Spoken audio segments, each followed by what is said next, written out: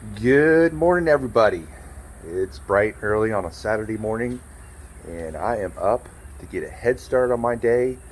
I have a ton of items I'm trying to get completed for my fall garden here, and so my internal alarm clock said, "Get up, let's go. We got lots to do." So I'm out here, the sun's just starting to come up, and I wanted to show you uh, what's going on here and just kind of give you a game plan of my day and all the things that I'm trying to accomplish here practically by myself. Hopefully, later I'll have some help from a couple high school football team members, which would be awesome. But I got to get to it, so nothing like waking up early and getting down to business. So let me just show you around real quick of all the things that I'm going to be doing. And the sun's starting to come up right now, and sounds like looks like it's going to be a really great day. So I wish it was a little bit more windier out there, but we're going to get it done. So check it out. Okay, well, here are all my seedlings.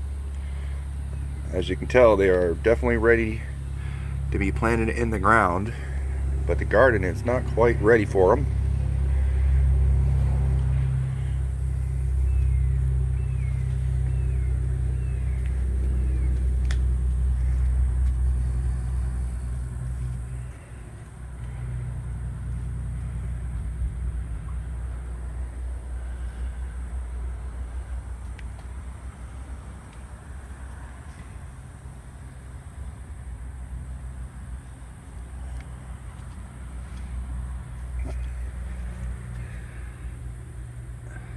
Definitely ready.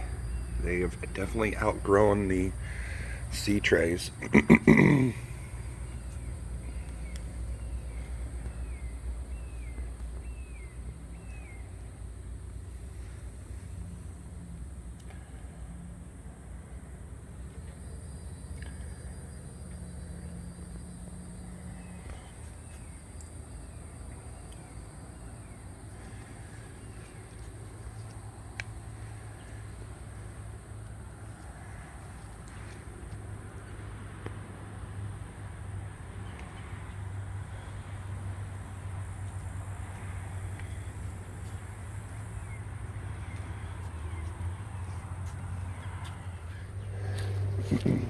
All right, so that was the tour of my seedlings I'm going to be planting. And yeah, the sun's starting to come up over the lake behind the house here. Let me show that to you. You can kind of see it through the trees. So there is my sunrise. Pretty nice. Definitely can use a couple more days like this every year for sure. All right, so here we go. It's going to be a long day. But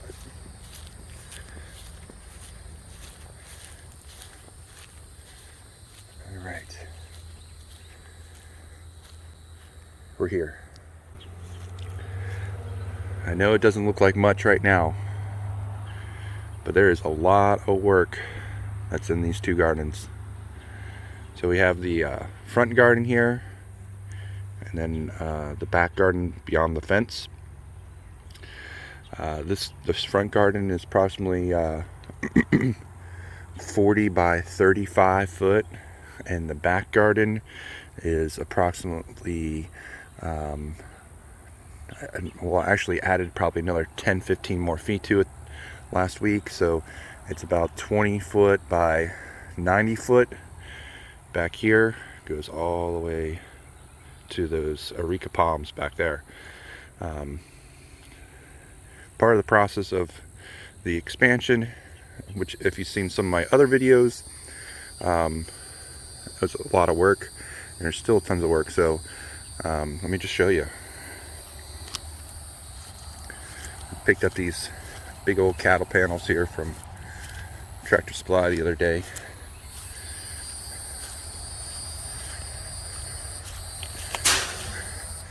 There's my asparagus I planted back in spring. Alright, so it looks like we got a 1/4 inch of rain last night. You can see all the water puddling up on the plastic.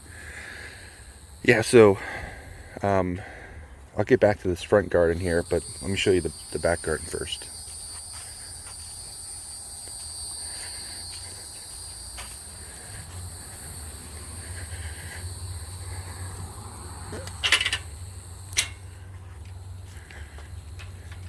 Man, look at that. Look at that sky. That's beautiful. Alright, so I think there's like 18 rows in the back garden. And then I have a grassed area over there so that the pumpkins and squash and stuff can grow a little further out and stay within the fenced area. So since my last video, I've installed a rabbit fence because rabbits are an issue for me in my neighborhood. So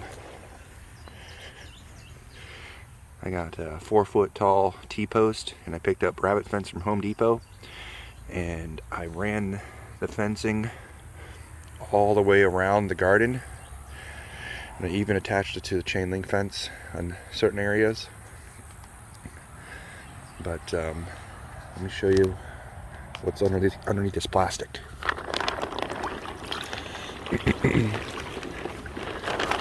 Alright.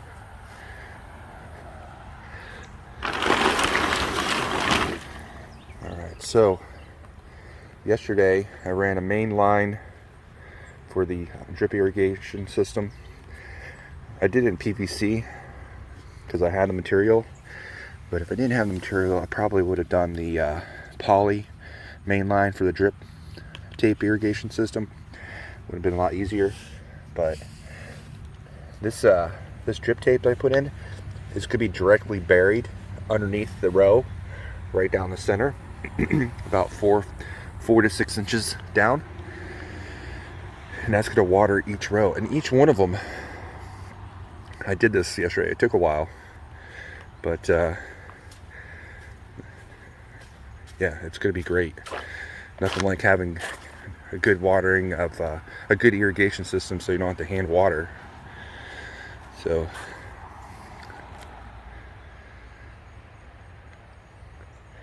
yeah.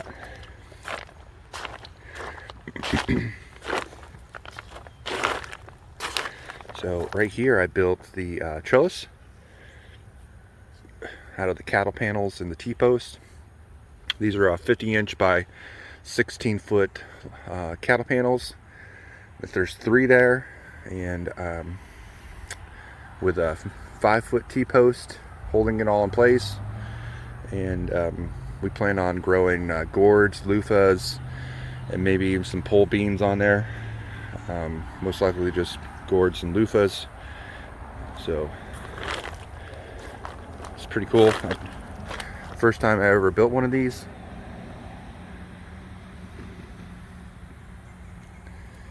And here are my hilled rows. These aren't done. All I've done is piled them up.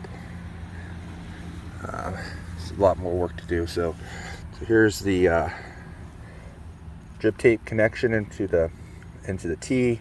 It just threads in right here, and this drip tape goes on and it locks in on this really easy system. And I ran it right down the center of each bed, and I can directly plant on top of the drip tape, or I can do 2 rows or 3 rows on each bed. So I'm really excited to see how this works out. But so my game plan today is to complete the irrigation system, and which involves digging in the drip tape into the center of the beds and burying it. 1 second. Yeah, so digging in the drip tape, burying them in the rows, covering the rows with weed cloth, putting holes through the weed cloth, and installing the plants. And here I plan on doing like 2 solid rows of more cattle panels for the snap peas, cucumbers, maybe the pole beans will go in this garden. But yeah, there is a ton of work to do, a lot of prep, and as you can see from my seedlings, I got to get those things in. Well, I want to say thank you for watching this update video of what's going on here at the GYV garden, and hope you enjoy watching my videos.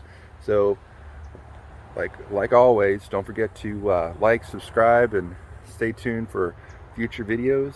And I want to say have a great day, everybody. Thank you.